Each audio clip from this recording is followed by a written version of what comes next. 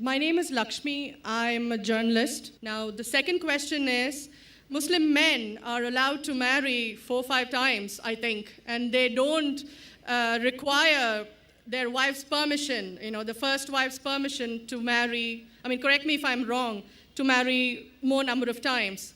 So I actually don't see any logic in this because I believe it's one man, one woman. That's the institution of marriage. So please clarify. Thank you. Now coming to your second question. In Islam, men marry 4 times, 5 times, and they don't ask permission from the first wife. Why? As far as polygyny is concerned, a man having more than one wife, Islam is the only religion, and Quran is the only religious scripture on the face of the earth which says marry only one. There is no religious scripture besides the Quran. I'm a student of comparative religion, which says marry only one. There is no verse in the Bible, no verse in the Bhagavad Gita, no verse in the Veda which says marry only one except the Quran. If you read the Hindu scriptures in Ramayana, the father of Sri Ram, how many wives did he have? How many wives? More than one? More than one. 3 wives. Fine. Shri Krishna, according to Mahabharata, how many wives he had? Unlimited. Not unlimited. You don't know your scripture well. No. Did he have 4 wives? No. I have no idea. Not 4, not 100, not 1,000, 16,108 wives. How many wives he had? 16,108. So why can't we Muslims have 4? What's the problem? When Shri Krishna can have 16,108 wives, why can't we have 4? Further, if you read the Vishnu Purana, chapter number 24, verse number 1, it says a Brahmin can have up to 4 wives. If you read the Jewish scriptures, it gives you permission to have as many wives as you wish. If you read the Christian Bible, it gives you permission to have as many wives as you wish. If you read the Bible, Abraham had 3 wives. Solomon, how many wives he had? He had 700 wives. It is later on, the church has put a ban that Christians should marry only one, not the Bible. It is the Jewish community married more than one wife. It was in 1950 that chief rabbi passed a synod that Jews should marry only one. So it is the rabbi, not the Jewish scriptures. And according to Hindu scriptures, you can marry as many as you wish. It is the Indian government in 1954 passed a law called the Hindu Special Marriage Act. Hindu Special Marriage Act, which says Hindus should marry only one. It is not the religious scripture. It is not Bhagavad Gita. It is not Ramayana. It is not Mahabharata. It is not Veda. It is the Indian Penal Code.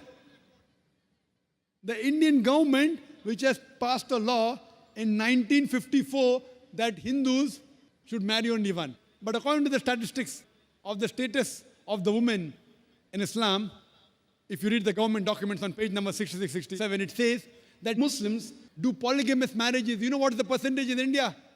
4.3%. How much? In India, 4.3% of the Muslim men do polygamous marriages. A statistic between 1951 to 1961. Hindus, how many? 5.06. 0.7% more than the Muslims in India, according to the Indian government. Even though it is prohibited according to the Indian law, yet they do more polygamous marriages than the Muslims. Why? Now, let's analyze what does the Quran say. Quran says in Surah Nisa, chapter 4, verse number 3, marry women of your choice in 2s, 3s or 4s. But if you can't do justice, marry only one. This statement, marry only one, is only given in the Quran and no other religious scripture. It says, marry women of your choice in 2s, 3s or 4s. But if you can't do justice, marry only one. So if you want to marry more than one woman, one of the criteria of the Quran is you should do justice.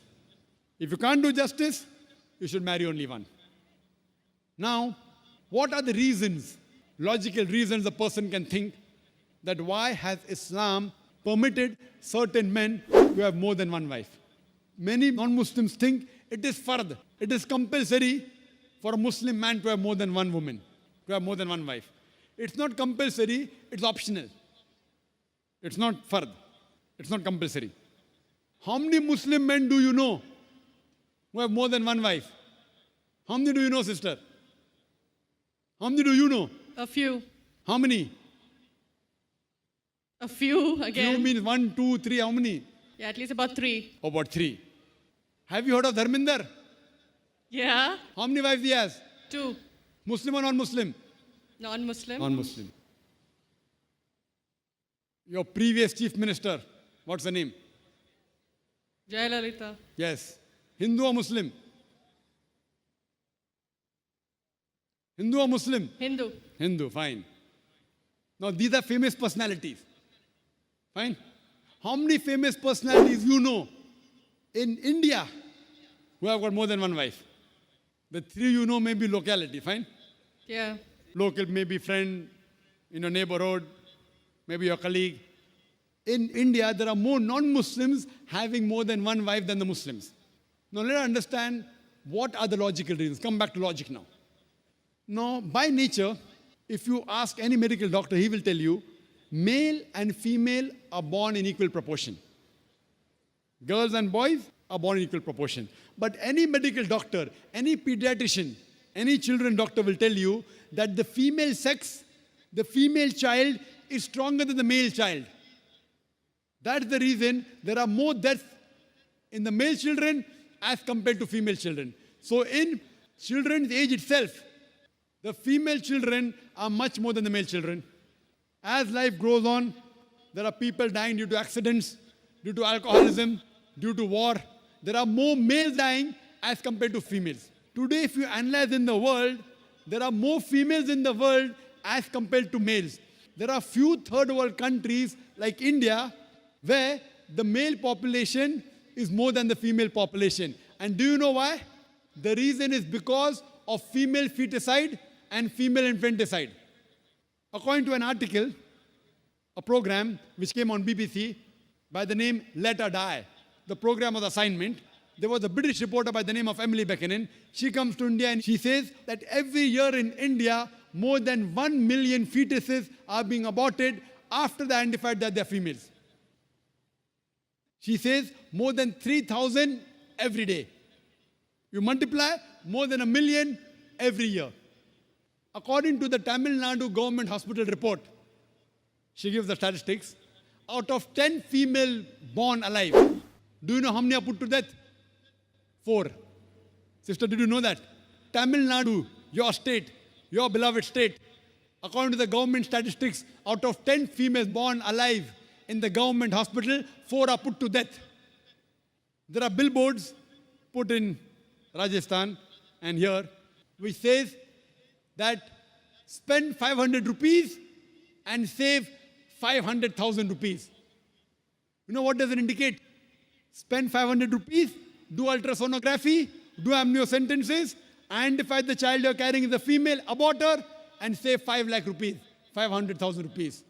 Maybe a couple of 100,000 upbringing her, and the remaining 100,000 in dowry. If you stop this evil practice in India, our beloved country, stop the female infanticide, stop the female feticide. Even in India, the population of female will be more than the male population. If you see the rest of the world, if you see New York alone, there are 1 million females more than males. In USA alone, there are 7.8 million females more than males.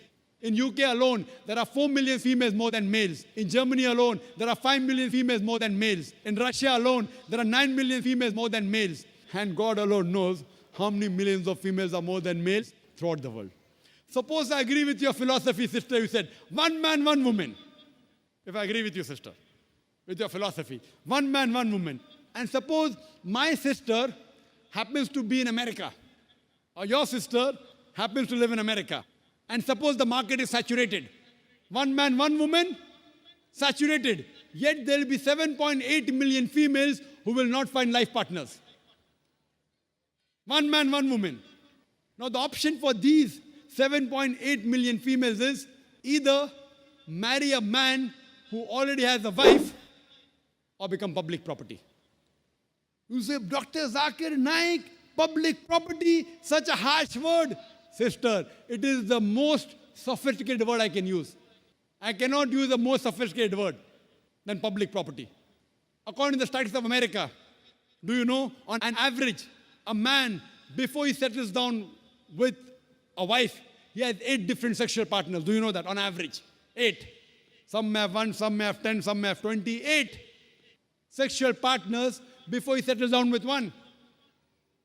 So the only option remaining, so if my sister happens to live in America, or if your sister happens to live in America, and the option is given to her, and suppose the market is saturated, every man has found a woman for himself.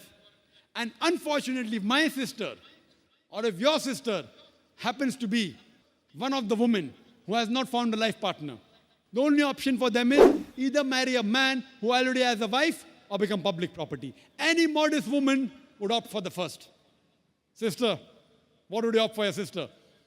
Marrying a man who already has a wife or become public property?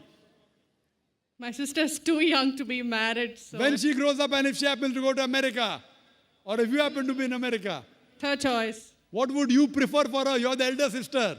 Would you prefer her becoming public property or marry a man who already has a wife and get equal rights? In Islam, if you have a second wife, you give equal rights. In America, the public property has got no rights. She's degraded. She's dishonored. In Islam, she has an equal right. She gets honor. What would you prefer for younger sister when she grows up? Sometimes it's difficult to speak the truth, sister, correct? Especially in front of such a large audience. Anyway, I've got your answer, sister. Thank you. And your silence speaks for that. So that's the reason in Islam, sister, men have been allowed to marry more than one wife is to protect the woman, not to degrade her. Regarding a question, is it compulsory that the husband should take the permission of the wife? It's not compulsory because if she wants to protect, if that man wants to protect another woman, a normal woman, I agree with you, sister, no woman under normal circumstances would like to share the husband. You have to agree. This is human nature. But if the woman is a good Muslimah, is a good Muslim woman, what she says, let a small loss take place to prevent a big loss. She will say, I know sharing my husband is a loss for me, but I would prefer letting a small loss take place for me to prevent my sister becoming public property. She's a good human being. So she would surely give permission to the husband to marry a second woman, if she's a good Muslim woman. But taking permission is not fard, it is preferable. But at least informing is a requirement so that he does justice between the two wives. Hope that answers the question, sister. Thank you.